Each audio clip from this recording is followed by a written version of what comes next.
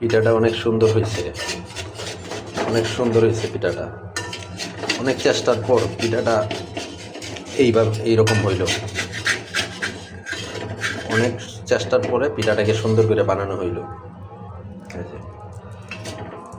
এই যে অনেক সুন্দর বানাইলাম পিঠাটা, 2 দিনের চেষ্টায় আজকে এই পর্যায়ে আসলো। অনেক সুন্দর হইল।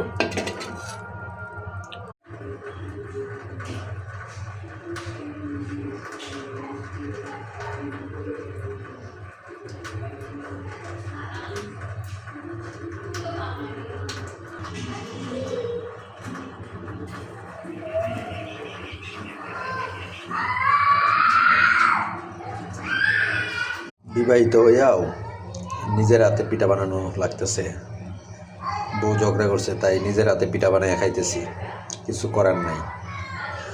সব কিছু জানা রাখা উচিত। বউ যদি কোনোদিন রাগ করে যাতে নিজেরটা নিজে পারা যায়, এই জন্য আমি আগে দেখে শিখা আছে নিজেরটা নিজে, তাই নিজের হাতে পিঠা বানাইতেছি।